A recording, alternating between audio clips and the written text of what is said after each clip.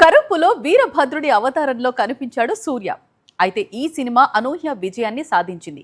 సాధారణంగా అయితే కరుప్పు తర్వాత అదే తరహా మాస్ మూవీలో కనిపించేందుకు స్టార్స్ ఆసక్తి చూపిస్తారు. కానీ సూర్య ఇక్కడ రిస్క్ చేశాడు.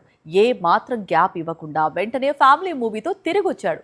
ఈ సాహసం బాక్సాఫీస్ దగ్గర ఎంతవరకు వర్కౌట్ అవుతుందో చూడాల్సి ఉంది. మేలోనే సూర్య నటించిన వీరభద్రుడు విడుదలైంది.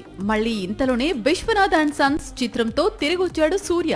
ఎప్పుడో 2019లో ఇదే స్పీడ్ లో బ్యాక్ టు బ్యాక్ రిలీజెస్ తో సర్ప్రైజ్ చేశాడు.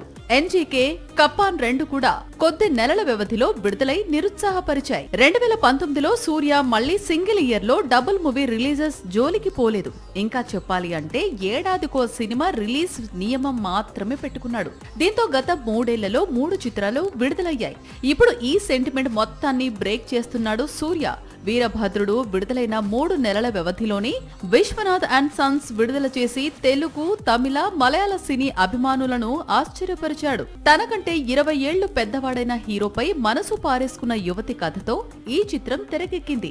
పైగా ఫుల్ గా ఫ్యామిలీ ఎమోషనల్ కంటెంట్. కరుపు లాంటి బ్లాక్ బస్టర్ తర్వాత ఓ ఊర మాస్ మూవీ రిలీజ్ తర్వాత సూర్య ఇమీడియట్ గా మిస్టర్ కూల్ క్యారెక్టర్ లోకి మారటం ఆడియన్స్ ఎంతవరకు యాక్సెప్ట్ చేస్తారు అనేది కొద్ది గంటల్లో తేలిపోనుంది.